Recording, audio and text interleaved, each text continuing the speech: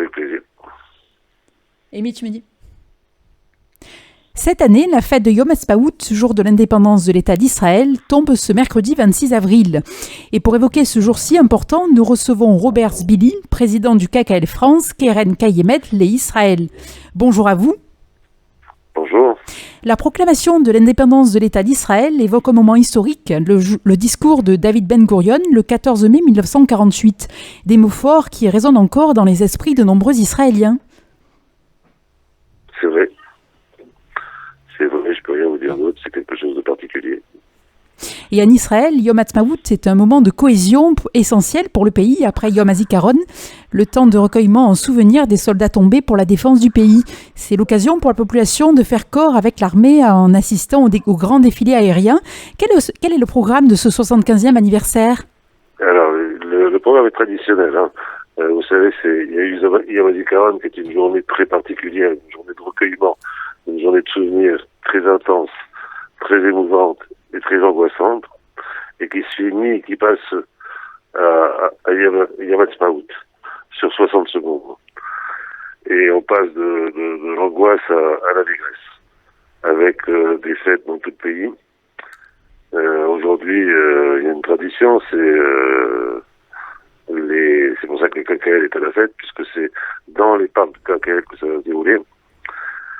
Et les Israéliens vont aller dans les parcs du KKL faire ce qu'on appelle à la hache, c'est-à-dire faire des pique-niques avec des barbecues et fêter la renaissance de l'État d'Israël. Alors il y a bien sûr ceux qui vont aller sur la plage regarder le passage de l'armée de l'air. Il n'y a pas de défilé militaire, mais c'était un ensemble. Tout Israël est en bleu et blanc. Il n'y a pas une fenêtre en Israël, il n'y a pas un drapeau. Il n'y a pas une voiture qui n'a pas un fanion bleu et blanc. C'est un moment de cohésion. Effectivement, c'est un moment de cohésion comme hier. Yom HaZikaron était un moment de cohésion dans la tristesse et dans la douleur. C'est-à-dire que le pays a pensé à ses morts, a pensé à ce qu'on fait que l'État d'Israël soit ce qu'il est actuellement, ceux qui sont tombés pour que cet État d'Israël existe. Voilà Israël, voilà aujourd'hui, c'est 2 jours très forts dans la vie israélienne et dans le calendrier juif dans le monde. 2 jours très symboliques, en effet. Voilà, 2 jours très très importants parce que en plus c'est une succession. On est passé de Pessah, on est sorti d'Égypte avec la première Aliyah, on est arrivé à Yom HaShoah, on s'est souvenu des morts de la Shoah.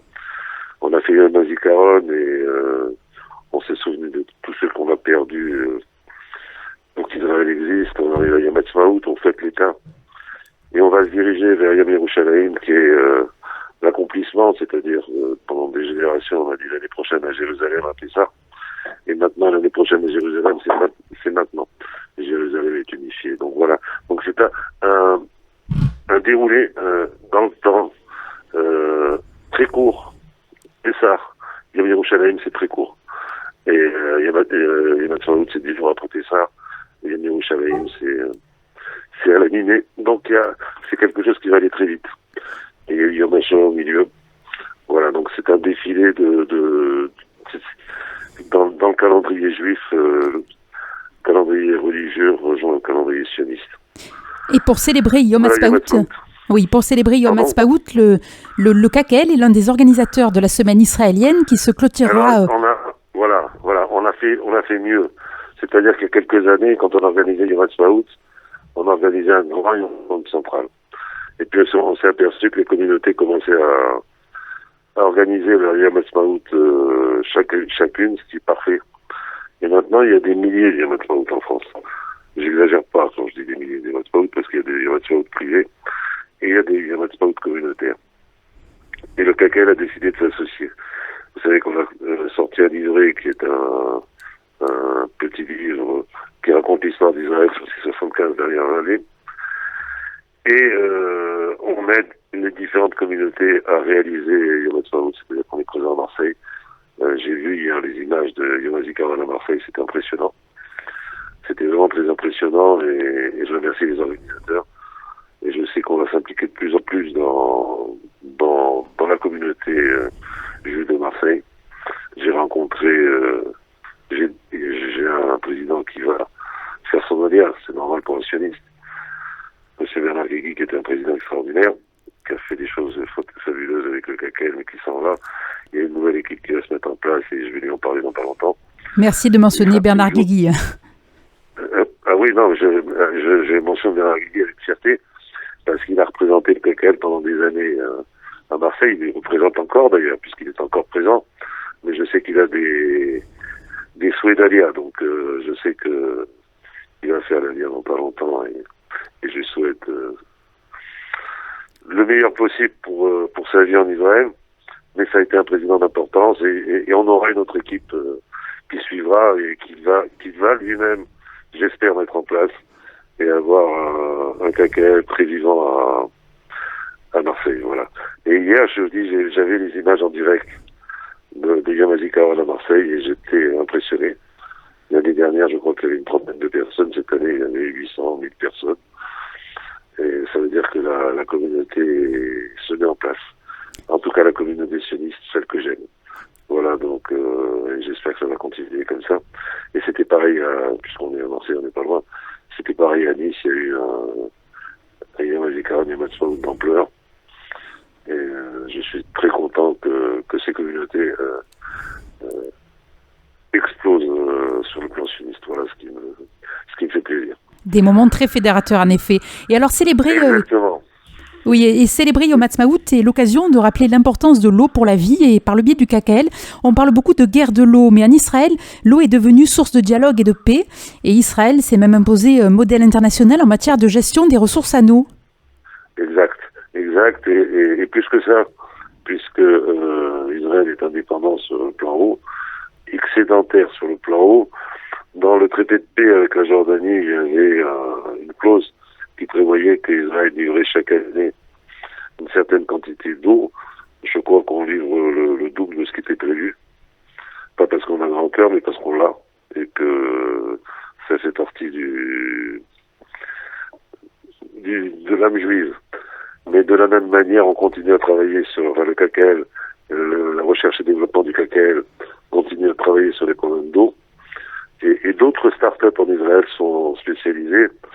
Et Marseille devrait être au courant et doit être au courant, puisqu'il y a un immeuble à Marseille qui est alimenté par une start-up israélienne a mis en place un nouveau procédé qui est la transformation d'air en eau.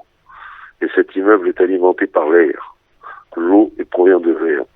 Et c'est le premier prototype mis en place, il a été mis à Marseille. Tout à fait, c'était intéressant de le préciser.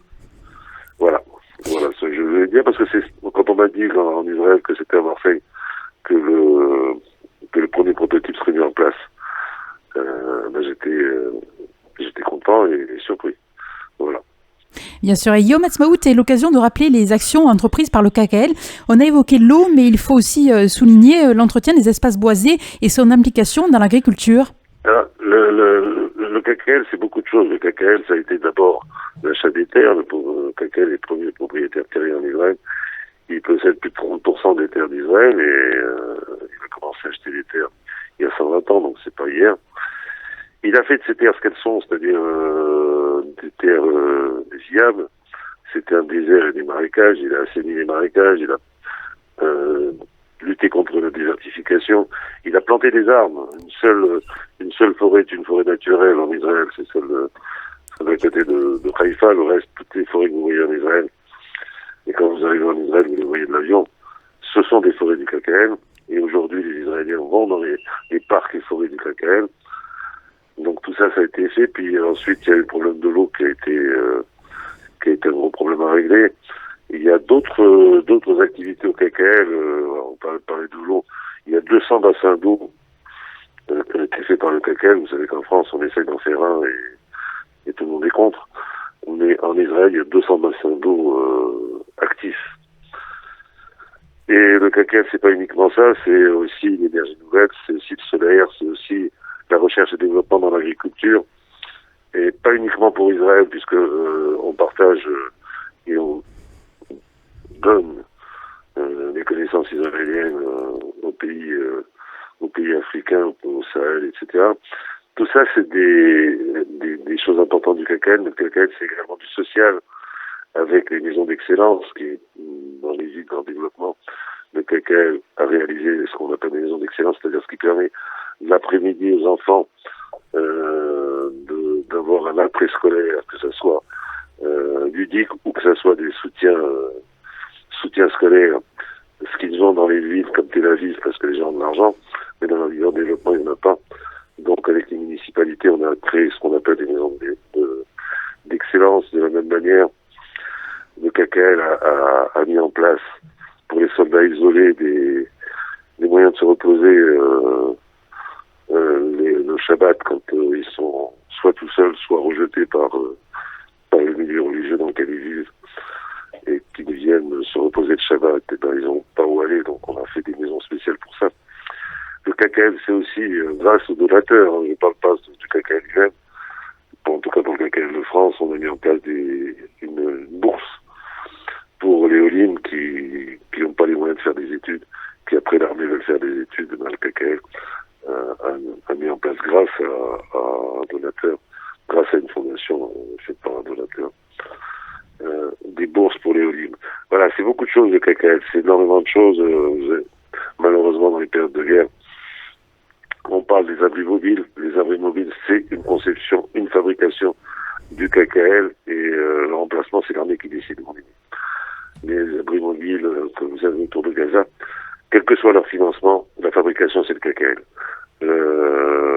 Donc, c'est quand même... Donc, le KKL, c'est beaucoup de choses. C'est une structure para-étatique qui travaille avec et autour du gouvernement israélien, quel qu'il soit, mais dans des conditions différentes. Voilà ce qu'est le KKL. C'est beaucoup plus que ce que c'était initialement, c'est-à-dire la terre et les arbres. C'est la terre, c'est les arbres, mais c'est le reste avec. Beaucoup d'actions qu'il est important de mentionner, en effet. Eh bien, merci beaucoup, Robert Zbili, pour cette interview. Je mentionne le site kkl.fr. Vous pourrez soutenir les projets du KKL. Et bon anniversaire à l'État d'Israël. Merci, Robert. Merci. Que les enfants se réjouissent, le cirque Medrano est de retour à Marseille. Du 25 avril au 7 mai, au J4, petits et grands pourront assister à son nouveau spectacle Océania 2, le voyage continue. Et nous sommes avec Sébastien Zema, responsable communication du cirque Medrano, pour l'évoquer. Bonjour à vous. Bonjour.